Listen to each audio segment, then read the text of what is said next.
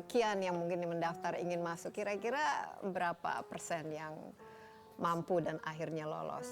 Ini sangat memprihatinkan karena sejak 15 tahun sekolah ini berdiri belum pernah ada yang lulus ujian masuk. Sama sekali belum.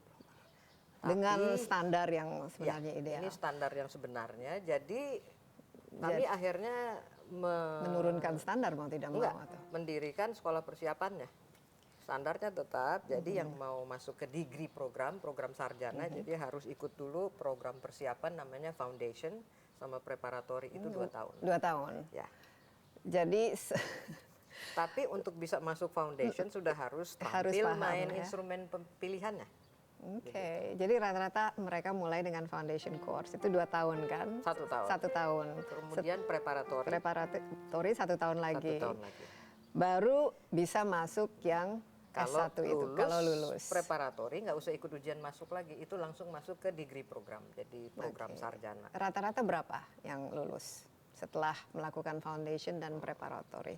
Taruhlah yang masuk foundation sekitar 30 umpamanya. Sampai ke preparatory biasanya tinggal 10. Oke, kalau foundation apa yang diajarkan? Selain instrumen mayor, instrumen minor, jadi instrumen kedua itu wajib ya. Kalau yang belajar piano boleh pilih instrumennya yang lain.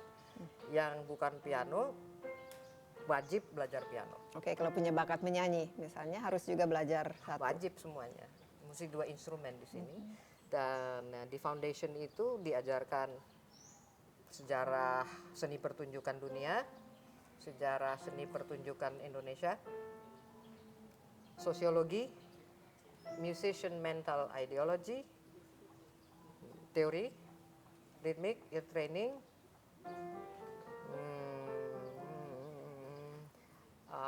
analisis, fenomenologi, kewiraan, Pancasila itu yang wajib ya di Indonesia. Terus kemudian ada general knowledge. Setiap hari Rabu di sini semua mahasiswa selama 2 jam harus bisa membicarakan, menganalisa, berdiskusi tentang kejadian di seluruh dunia.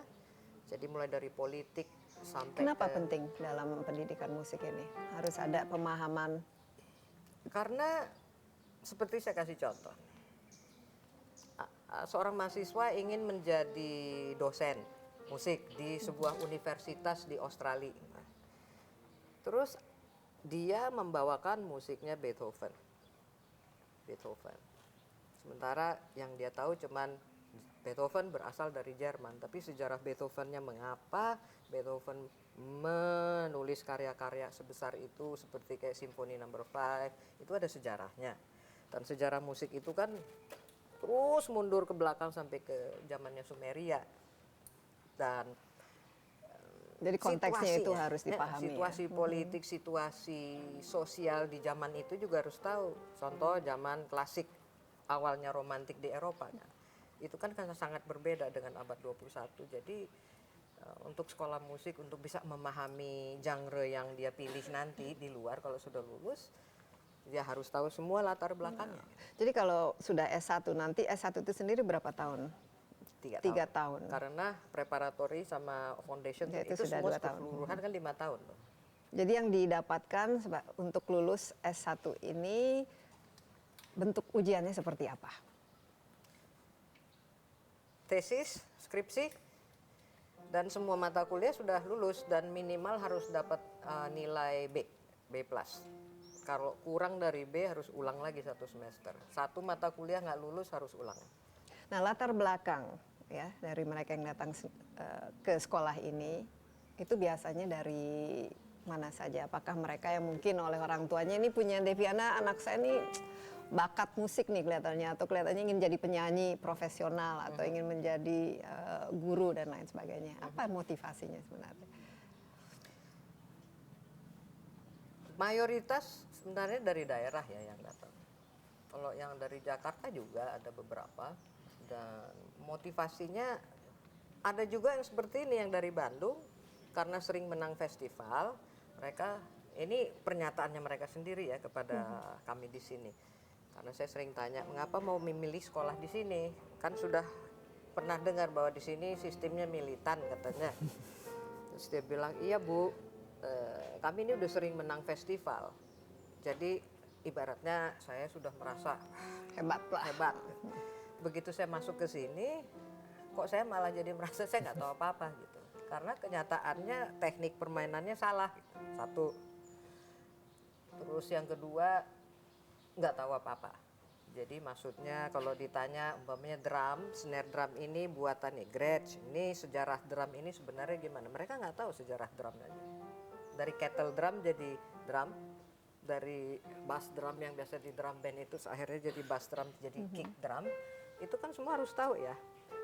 Oke, sekarang kan di Indonesia sebenarnya kan banyak sekolah-sekolah musik ya, Ya. yang sangat membedakan ya dari apa yang ditawarkan oleh sekolah musik yang jumlahnya begitu banyak, dan Institut Musik Daya Indonesia ini selain sertifikasinya itu apa sebenarnya yang diajarkan? Institut Musik Daya Indonesia ini adalah perguruan tinggi dan ada program kursusnya juga. Jadi program kursus ini sebenarnya juga dijadikan sebagai ajang prakteknya mahasiswa untuk mata kuliah musik terapi sama mata kuliah pedagogi. Jadi ada musik terapi juga Ya, di situ. ada. Nah, itu S2 nanti. Kalau udah bachelor degree, S1 baru nanti ambil S2-nya. Jadi lebih spesialisasi ya terhadap. Jadi arranger, orkestrator. Tapi sebenarnya ilmunya mereka dapatnya sama. Tapi nanti pilihan daripada namanya daerah-daerah atau the field bahasa Indonesia saya lupa. In the field of their choice. Iya, mata kuliahnya. Iya, itu terserah mereka nanti. Jadi itu perbedaannya, dan kami di sini mengajarkan yang kalau di kesehatan namanya holistik. Ya. Nah, S2 ini sekarang sudah berapa kira-kira lulusan S2 dan apa yang mereka lakukan sekarang dengan profesinya? Salah satu lulusan, ya ada beberapa lulusan S2 itu contoh kerjaannya mereka sekarang adalah editor daripada musik-musik film. Ya, Sang Pemimpi, Garuda di Dadaku, Laskar Pelangi, apalagi ya banyak lah. Nah, itu yang menjadi guru musik. Nah, dan satu lagi, ya itu guru musik sudah pasti, dan baru-baru ini namanya Tabula Rasa. Nah, yang membuat musiknya itu lulusan sini S2 ya. Sama Cahaya dari Timur, itu juga lulusan sini. Jadi di bidang musik scoring di Indonesia ini sudah mulai ada perubahan yang signifikan dan sangat positif. Jadi ya.